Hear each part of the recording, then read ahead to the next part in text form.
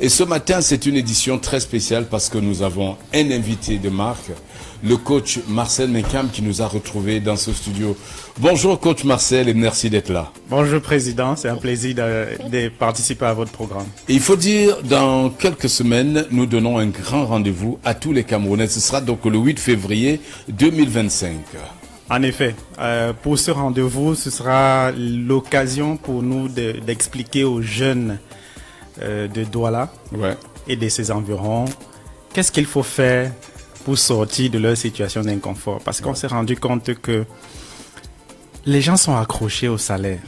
Les gens sont accrochés à leur petit miette, je vais appeler ça comme ça, sans insulte. Et ils se disent que la vie s'arrête là. Moi-même, j'étais dans cette situation, je me disais, mais j'ai travaillé longtemps, je travaillais très longtemps et je disais, comment est-ce que quelqu'un fait pour avoir l'écran plasma chez lui?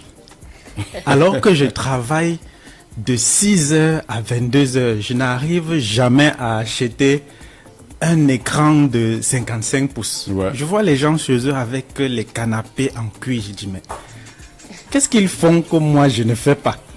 Qu'est-ce qu'ils font? Et naturellement, je concluais que ce sont des gens qui, pendant qu'on dort, ils font autre chose.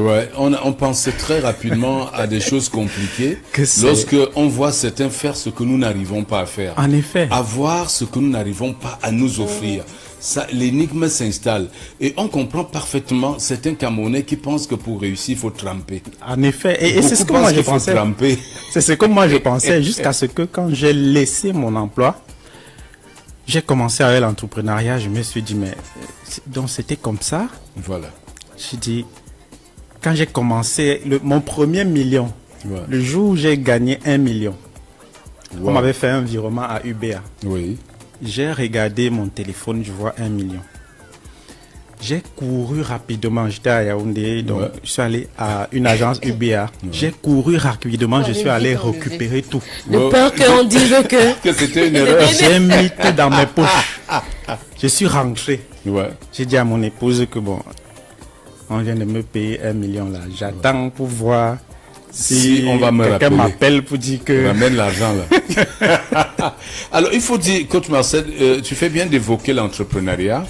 Il y en a qui vont te dire, moi aussi j'ai essayé l'entrepreneuriat, mais jusqu'à là, ça ne donne pas. J'ai même fermé les portes, je suis rentré encore chercher un emploi. Parce qu'il y en a qui disent, j'en ai marre de monter, descendre, de me lever, aller dire oui monsieur tous les jours.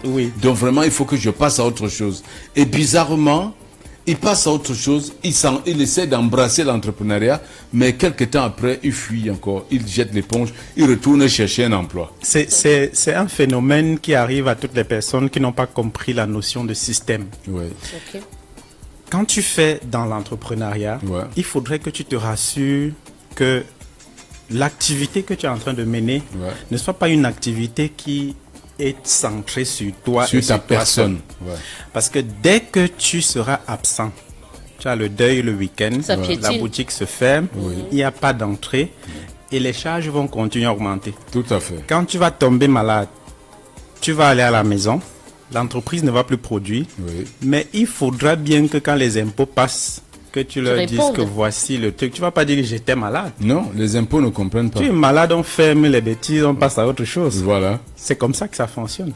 En réalité, comme le disait quelqu'un, je pense c'est Kiyosaki, pour savoir que tu es une entreprise, pose-toi la question, si je m'absente pendant 3 mois, est-ce que mon entreprise va survivre en mon absence? Si je m'éclipse pendant 6 mois, est-ce que mon entreprise va continuer de vivre sans ma présence? Si la réponse est non, c'est que tu n'as pas d'entreprise. Il y a un autre phénomène. Un petit truc. Il y a un autre phénomène, président. Je prends par exemple le cas des salariés. Tu es dans une entreprise depuis 20 ans. Tu gagnes le même salaire pendant 20 ans. Tu n'as pas d'avancement et tu penses que la vie est belle. Non. Normalement, tu dois démissionner.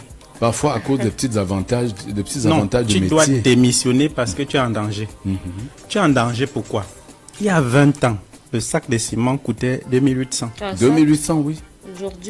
Aujourd'hui, c'est 4500. 4800. Ouais, 4800 déjà.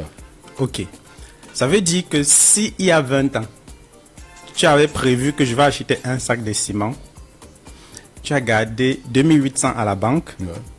Aujourd'hui, il faudra que tu complètes 2000 francs. Sur les 2800 pour avoir le même sac de ciment. Ouais. Donc, si tu as le même salaire aujourd'hui qu'il y a 20 ans, ou moins même. Je ne sais pas si tu te rends compte de ta situation. Ouais. Bon, prenons la bière. Les gens boivent beaucoup de bière. Tout le temps. Et ils se disent que la vie est dure. C'est le sport national. On n'arrive pas à s'en sortir, mais on est au bar chaque jour. Ouais. On trouve quand même l'argent de la bière. Il y a 20 ans, la bière était à 350. Ouais, c'était à 350. Aujourd'hui, c'est au moins 1000 francs. Aujourd'hui, c'est minimum 700 francs. Oui, 1000 francs si tu veux t'asseoir dans un bon endroit. Attends, les mêmes 350 que tu utilisais pour acheter la bière il y a 20 ans, il faut que tu ajoutes 400 francs. 400 francs. Plus du double. Pour avoir la même bière. Ouais. Qu'est-ce qui s'est passé? En 20 ans, ton argent n'a pas diminué, mais sa valeur a diminué. A chuté. Ça veut dire que si aujourd'hui tu n'es pas capable de créer de nouvelles sources de revenus pour évoluer, tu vas être obsolète. Mais Marcel, il y a 20 ans, le pain coûtait 25 francs et 50 francs. Aujourd'hui, le pain coûte 150. 200 francs. 200 francs. Avoir un pain qui a quelque chose à l'intérieur. Voilà, il faut 200 pour le pain qui coûtait 25 il y a 20 ans. Donc, ce n'est pas ton argent qui a diminué, c'est sa valeur qui a chuté. Et puisque sa valeur a chuté, toi, tu es chez toi avec, par exemple, un téléphone. Oui. Tu passes ton temps sur Facebook à regarder comment les gens sont montés, descendus, comment Eto'o a salué le vigile, comment on est allé se marier à Dimako. Président, j'ai vu que tu as eu une invitation. Ah oui, j'ai eu une invitation pour le mariage. Et puis, on passe les journées à commenter, à liker, à partager les créations de contenu des gens. Des gens. Et nous, on n'a pas d'argent.